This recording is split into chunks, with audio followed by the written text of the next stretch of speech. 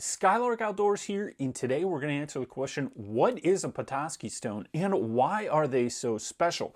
These are actually the state stone of Michigan, and we've got some stones here. They look like just typical gravel, and you could walk right by these and not think anything of them, but why are they so special? So we're going to show you with a Petoskey stone what happens when you put it in water. You can see then we get all these fossils that you can see on the stone itself. So each one of these, once you put it in water, it changes the entire appearance of the stone, and you can now see those vibrant fossils that are on there. And that's what a Petoskey stone is. They come in a lot of different varieties, and really, unless you've got them polished up, you're usually only going to be able to see the Petoskey stone or the fossilized pieces of these when they are wet. So we can dip some of these in here and you can see how much more vibrant that comes out once we dip it and get it wet. So where can you find a Petoskey stone, or why are they so special, and why do they do that? Why, when you dip them in water, can you all of a sudden see them better and see those fossils? That one is just beautiful there with those different fossils. And all of them have different kind of geometric cuts of what is going on. That one's not a very good one, but it is a larger one. Let's do this one. And you can see all those little different fossils inside there. So a Petoskey stone is a fossilized coral from the Devonian period. And why they're called Petoskey stones is because you often will find them in or around Petoskey in the gravel point formation of the Traverse group of sediment or rock that is typically in Petoskey and or Charlevoix or even potentially Harbor Springs. So if you've ever been to Petoskey, when you go down to the waterfront, or let's say you go to Bay Harbor, which is really close to Petoskey, what you're going to see is that there are rock cliffs right there along the lake. Now, they may be covered in grass or something else like that, and those rock cliffs actually extend underneath the surface out into Little Traverse Bay. And in Little Traverse Bay, there's various layers of this rock, and you can go deeper or lower, but it is rock down below there. And if you've ever scuba dived or snorkeled out there, you'll get to places where you see where there's not really any kind of sediment on the bottom. It's just rock. And these rocks come from those layers of stone in Little Traverse Bay that wash up and get polished over hundreds of thousands or millions of years and get polished by the bottom surface, the currents, everything else, into these beautiful fossils. Now, one way to find these, or one of my recommendations if you are looking for Petoskey stones, is you can find them in the water, but a lot of times you're going to find them on the shore. And what I recommend you do is bring a little water bottle with you. This one's much lighter. You can see right here. They're there, but you wouldn't be able to tell this at all without bringing some water. Bring a water bottle with you when you go to the beach if you're looking for these. And you can take that water and then pour it on stones that you suspect are Petoskey stones. And when you do that, you're going to be able to then see the fossils in there. So this one's a little bit different. This one isn't so much a coral, I don't think, as it's more like a fossilized shell right here or a piece of something. But it's beautiful, the variation that you can find of these and just the different fossils and how well they come through.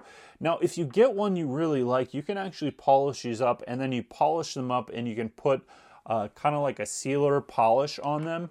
And then once you do that, that Petoskey stone, all the different fossils in there will always appear. Now, you can buy these at stores, and those will be polished where you can see everything on the stone. I like this one. You can't see the fossilization that well, but it's kind of like this bead of coral. Just an interesting shape there.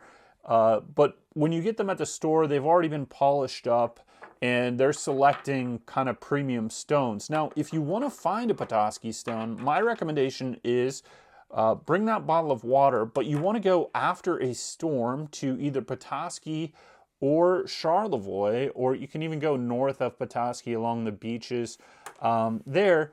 And what you're going to do is after a storm, a lot of these rocks will get kicked up from the bottom, and then you're going to be able to find them much easier. So if you come and there hasn't been a storm in a while, a lot of times they get picked through and then you're not going to find much. This one's really cool here. And if you come after a storm, all that wave action brings these up to the surface, so you're going to have a great time finding these, and you definitely can. If you want to learn how to find these or look at the map that we have on where you can find Petoskey stones, check down in the description below. We've got a little course and suggestion on there that does support the channel, but it shows you some of the favorite places to get these. Now, can you take Petoskey stones?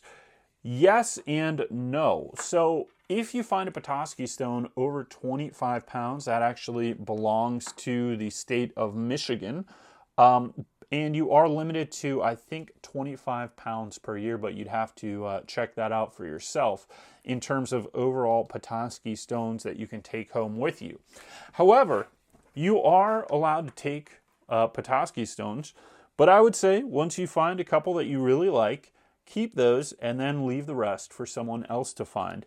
But overall, it's a really neat stone. So I'm going to tell you a little bit more about these and what they are and some places that you could find these. So the largest Petoskey stone ever found was 93 pounds, and that was found near Northport. So that's actually south of Petoskey, closer to Traverse City. So you can find these all the way along from Traverse City all the way up to here, and it's just a matter of really looking for them. And like I said, the best time to look for them is when you have a storm. After that, you're going to find some beautiful ones, especially in the fall or the spring when it's a little bit colder and fewer people are looking for them. Now, if you want to polish it, there are people that will do that for you, but you can also hand polish them with some pieces of sandpaper. It just takes a lot longer, so it's got to be a hobby and a project for you if you want to do that. But you can also buy them at local places that have already been polished.